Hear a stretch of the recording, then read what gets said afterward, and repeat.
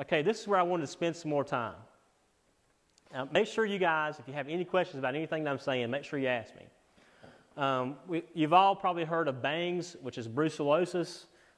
This has almost been eradicated in the U.S. There's still some pockets, Texas, Michigan, and some in the Yellowstone states. But it's essentially almost been eradicated because this is a federally regulated disease. And there are states that require that you test prior to bringing them into, prior to import into other states. North Carolina is accredited and certified free of brucellosis and tuberculosis, and but that doesn't mean that the states aren't going to require us to test if we try to bring them there. And so I just wanted to mention those. But here's a long list of diseases, and we're going to delve into most of these. I'm going to talk about the most important to you right now. If you have any specific questions about some of these that are kind of outliers, like bovine leukemia virus, Johne's, mad cow or foot and mouth, then ask me after the talk, or call me on my phone, and we can discuss those. But we're not going to spend a whole lot of time on those tonight. So the major diseases I want to talk about are respiratory and reproductive diseases, parasites, what I termed other stuff, and then I want to talk about how we can develop a herd health plan to fit the goals for our farm. I don't know if y'all can read that. It says, if she starts to cough, it's every man for himself.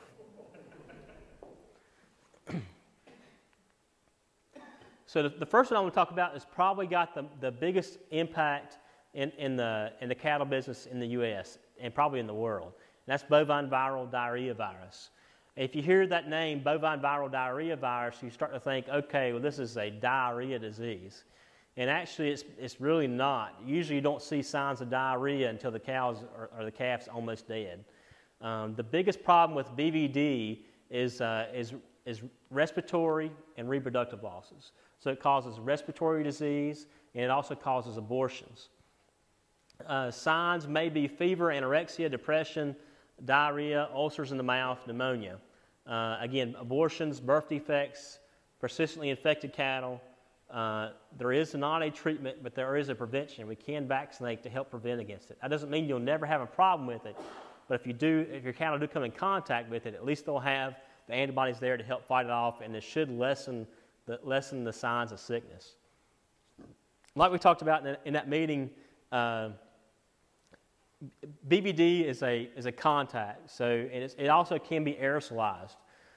So if you take your cow down to the stockyards, do you think she'll come in contact with BVD? I guarantee it. No doubt in my mind. She is guaranteed to come in contact with BVD.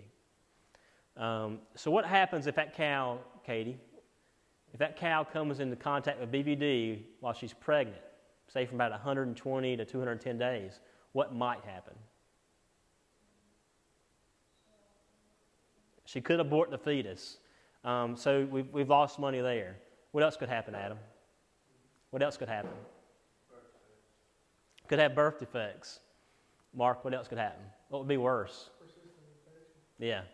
So during certain points in their gestation, these calves can become persistently infected. And what that means is that when the calf was inside its mama and it came in contact with BVD, the calf's immune system wasn't developed enough to recognize that virus as being foreign. And so the calf becomes persistently infected. The immune system never alerts the body to say this is foreign. These are the worst calves on the face of the planet because when they're born, they hit the ground. They are literally viral factories. You can find the virus in everything. You can find it in their snot. You can find it in their dandruff. Isn't that amazing? You can find the virus in their dandruff. So these animals are literally viral factories, and they're going around just constantly exposing all the other animals, cows in the area to BVD. If we could get rid of these cows, we might be able to eradicate BVD in the U.S. But the problem is they're still there. There is a good test. There is a good test for BVD persistently infected calves. Actually, there's several of them. The old traditional one was to take an ear notch and send it to Nebraska for immunohistochemistry. And it would take about a week, and it would get a good turnaround. We actually now you can take an ear notch or you can take blood and you can send it to a lab that we have here in Statesville, and it costs you about $4 or $5, but they can give us a definitive answer of whether one's PI infected, well, just in just a matter of days. No, there's a bunch of other labs that have them now. Yeah. What's that? It's the same lab. Same lab. They do BVD ear notches too. Yeah. Actually, there's a bunch of them. Igenity does them. Pfizer does them now. There's a bunch of labs that can do them. And it usually costs about $4 or $5 a head. If you're buying a bull, how many of you in here are commercial guys? How many have commercial cattle? Okay. If you're buying a bull, you ought to ask the people you're buying your bulls from if they're testing them for persistently infected calves. I really think that all our purebred guys should be testing, because if we're seed stock producers, if we're producing seed stock or people are going to buy to put in their herd to try and improve their herd, I think that it just needs to be mandatory. I really do. So ask your guys, have your calves, have your bulls, have your heifers been tested for BVD persistently infected or PI? Have you been tested as PI negative calves? Any questions about that? Does the vet have to take the sample? No, the vet does not have to take the sample. But we can if you want us to. To tell you how much I hate this disease is we actually offer free euthanasia if we find a PI calf. I will literally come out and shoot the calf for you, no charge. That's how much we hate those calves. So what else can you do with them? If you've bought them, I've got a client. He just bought 300 heifers.